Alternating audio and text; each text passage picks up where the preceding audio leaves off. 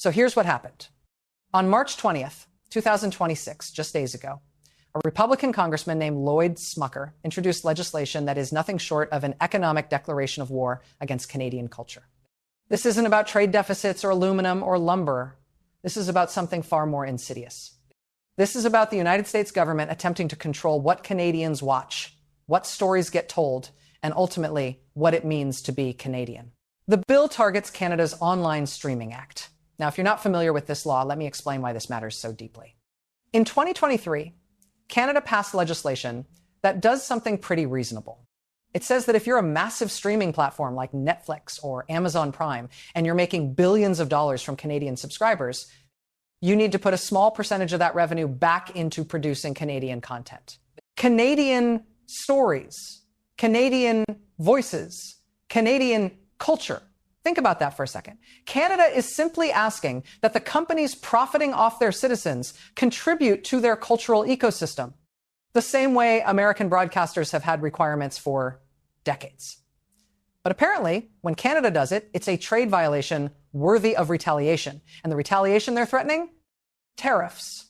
Changes to the entire trade agreement. They're threatening to blow up CUSMA, the North American trade deal, because Canada wants Canadian stories told on streaming platforms. Let me be crystal clear about what this really is. This is cultural imperialism wrapped in trade language. This is the United States saying that American corporations should have unfettered access to extract wealth from Canadian consumers without any obligation to contribute to the society they're profiting from. And when Canada pushes back, when Canada says we have a right to protect and promote our own culture, the response is economic threats. But it gets worse. Because on March 19th, just one day before this legislative attack was introduced, Donald Trump issued a 72-hour ultimatum to Canada. 72 hours. 3 days for an entire sovereign nation to capitulate to American demands or face what he called severe tariffs on key industries. Now, I want you to think about the audacity of that for a moment. A 72-hour deadline. Like Canada is some kind of subsidiary corporation that needs to respond to a memo from headquarters. Like a country of 40 million people, the 10th largest economy in the world, a founding member of NATO, America's longest ally, should just drop everything and surrender its sovereignty because Donald Trump gave them a weekend to comply. And what were these demands? Trump wanted Canada to accept new trade terms that would essentially give the United States control over Canadian domestic policy. He wanted Canada to abandon policies that protect Canadian industries, Canadian workers, and yes, Canadian culture. He wanted Canada to become, in effect, an economic colony of the United States. The arrogance is breathtaking. But here's where it gets really interesting. Prime Minister Mark Carney didn't wait 72 hours. He didn't wait 72 minutes. Within minutes of Trump's ultimatum being issued, Carney rejected it completely, unequivocally, publicly. He said, and I'm paraphrasing here, that Canada would not surrender control over its domestic policies as a precondition for negotiations. Period. Full stop, no discussion, and the way he did it was masterful. He didn't engage with the theatrics. He didn't get drawn into a Twitter fight or a cable news shouting match. He simply said no. Canada is a sovereign nation. We make our own decisions about our own policies. And if the United States wants to have a conversation about trade, it needs to approach Canada as an equal partner, not as a subordinate. The market reaction was immediate. Energy prices fluctuated wildly. Agricultural markets on both sides of the border went into panic mode because farmers knew what was coming. Retaliatory tariffs, trade disruptions, economic chaos. But Carney didn't blink. And that tells you everything you need to know about how dramatically the dynamic between these two countries has shifted. Now, here's what makes this moment so significant. This isn't happening in a vacuum. Canada has spent the last 2 years systematically reducing its economic dependence on the United States. And I mean systematically. According to multiple reports, Canada has secured new trade agreements with the European Union, with Japan, with China. They've diversified their trading partners in ways that would have been unthinkable a decade ago. They've built economic relationships that give them leverage and options. And this is where Trump's strategy completely falls apart. Because his entire approach is based on the assumption that Canada has no choice but to accept American terms. That Canada is so economically dependent on the United States that they'll cave to any threat. But that's not the reality anymore. Carney has positioned Canada so that when Trump makes these threats, Canada can actually afford to say no. Warren Buffett, one of the most successful investors in American history, reportedly said that the United States is learning an expensive lesson in global trade. And he's right. Because what Trump doesn't seem to understand is that when you treat your closest allies like enemies, they stop acting like allies. Let me take you back to the Online Streaming Act for a minute, because this is really the heart of the cultural warfare aspect of this crisis. The law, passed in 2023, does a few specific things. It requires large foreign streaming platforms to contribute to the creation and promotion of Canadian content. It asks that algorithms include Canadian programming in recommendations for Canadian users. It establishes that companies profiting from the Canadian market have some responsibility to the Canadian cultural ecosystem. Now, if you're American and you're thinking this sounds restrictive or protectionist, consider this. The United States has had similar regulations for traditional broadcasters for decades. American television stations are required to serve the public interest. They have to provide educational programming. They have licensing requirements. The Federal Communications Commission exists specifically to regulate broadcasting in the American public interest.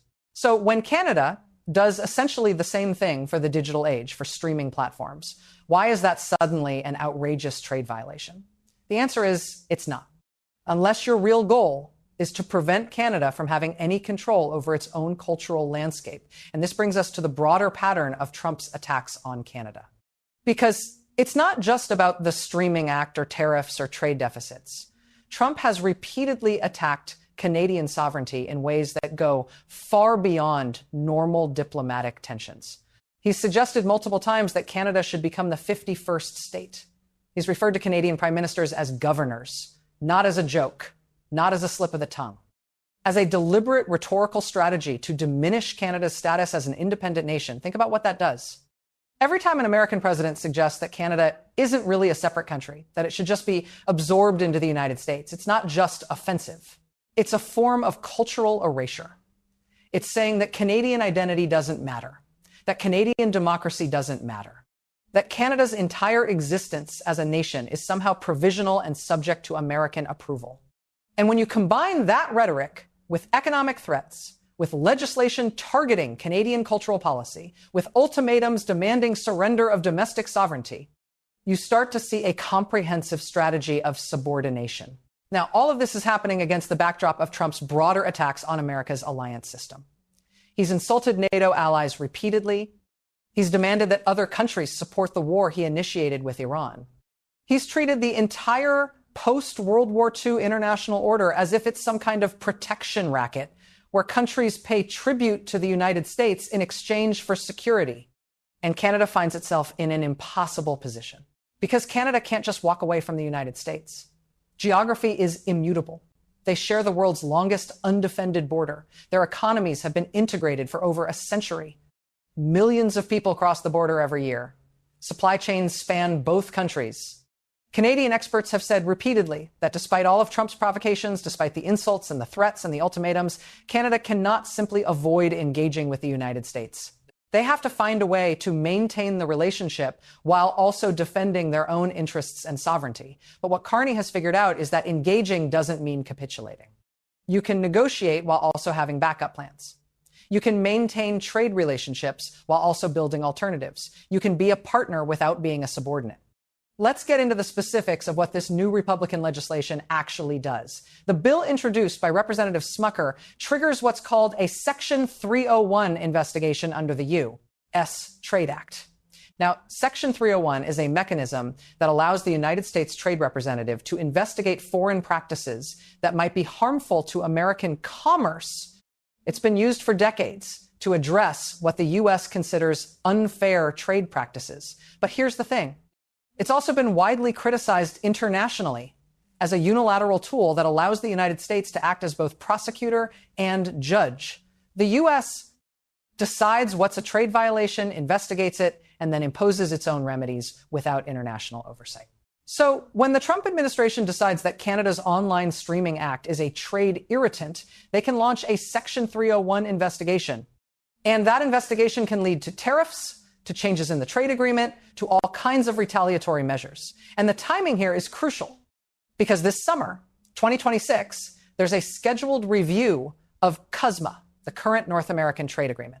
That review was built into the agreement from the beginning. It's supposed to be an opportunity for all three countries, the United States, Canada, and Mexico, to assess how the agreement is working and make adjustments if needed. But Trump is clearly trying to use that review as leverage to force Canada to abandon policies he doesn't like. He's treating the review not as a collaborative assessment, but as an opportunity to extract concessions through threats. Let me tell you what's really at stake here, because it's about much more than streaming services or entertainment content. When a country loses control over its cultural production, it loses the ability to tell its own stories. It loses the ability to see itself reflected in media. It loses the ability to pass on its values, its history, its identity to the next generation. Canada has always been acutely aware of this challenge. They're next to a cultural superpower. American movies, American television, American music, American everything dominates the airwaves. Without deliberate policies to support Canadian content, Canadian voices would be completely drowned out. And that's not hypothetical. That's been Canada's reality for decades, which is why they've had Canadian content requirements for radio since the 1970s. It's why they have funding mechanisms for Canadian film and television. It's why they created the Online Streaming Act for the digital age. These aren't protectionist measures designed to hurt American companies. They're defensive measures designed to ensure that Canadian culture doesn't disappear entirely. But Trump and the Republicans backing this legislation don't care about that. They see it purely as a barrier to American corporate profits. They want Netflix and Amazon and Disney Plus to be able to operate in Canada without any obligations to Canadian society, extract the revenue, and contribute nothing back. When Trump issued his ultimatum and Carney rejected it, the immediate market reaction focused on two sectors, energy and agriculture. And that's because those are the sectors where both countries have leverage and vulnerability. Canada is the largest foreign supplier of oil to the United States. They provide more oil than Saudi Arabia, more than Venezuela, more than any other country. American refineries, particularly in the Midwest, are specifically designed to process Canadian crude. You can't just replace that supply overnight. But at the same time, Canadian oil producers depend heavily on the American market. There aren't enough pipelines to move that oil to other customers. Building that infrastructure takes years and billions of dollars. So energy is a mutual hostage situation. Both countries can hurt each other badly, which is exactly why threatening tariffs on energy is so reckless and dangerous. Agriculture is similar. American farmers export billions of dollars of products to Canada. Canadian farmers export billions to the United States. Supply chains for food production cross the border constantly. A trade war in agriculture means farmers on both sides lose. But when Carney rejected Trump's ultimatum, he was essentially saying that Canada is prepared to accept that economic pain rather than surrender its sovereignty.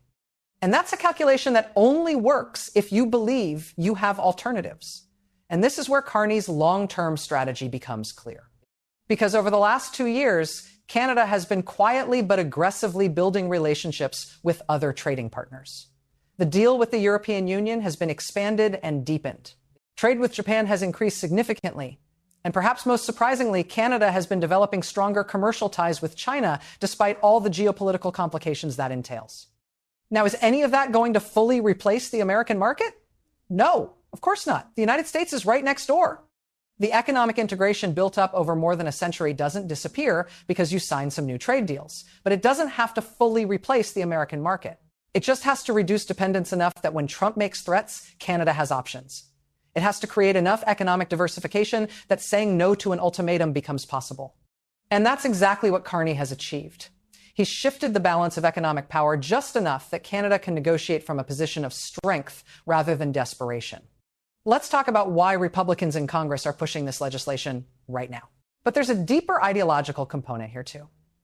There's a strain of American political thought that genuinely believes the United States should be able to set the rules for global commerce without constraint. That American economic power gives it the right to demand that other countries structure their policies to benefit American corporations. And when a country like Canada pushes back, when they assert their right to regulate their own economy and protect their own culture, that's seen as defiance that needs to be punished. That's what this legislation is really about. It's about establishing the principle that the United States can veto Canadian domestic policy That Canada needs American permission to regulate foreign companies operating in Canadian markets. And if Canada accepts that principle, they've effectively surrendered their sovereignty in economic matters. The CUSMA review scheduled for this summer is now going to happen in this incredibly tense environment. Originally, it was supposed to be a routine assessment. The agreement has been in place since 2020. 6 years is a reasonable time to see how it's working, identify problems, make adjustments. But Trump has turned it into a crisis. By issuing ultimatums, by threatening tariffs, by having his allies in Congress introduce hostile legislation, he's essentially trying to blow up the entire trade relationship unless Canada caves to his demands. And Carney's response has been to prepare for exactly that scenario. If Trump wants to tear up the trade agreement, Canada is ready to survive that. It'll be painful, but it won't be catastrophic. Because they've built alternatives. That's a stunning reversal from where things were just a few years ago. And it's entirely a result of Trump's own behavior. By treating Canada as an adversary, by constantly threatening and bullying and insulting them, he's pushed Canada to prepare for a world where the United States isn't a reliable partner. I want to come back to this idea of cultural sovereignty, because it's absolutely central to understanding why this matters so much. Every country has the right to determine its own cultural policies. That's a fundamental principle of national sovereignty. France has quotas for French language content. Many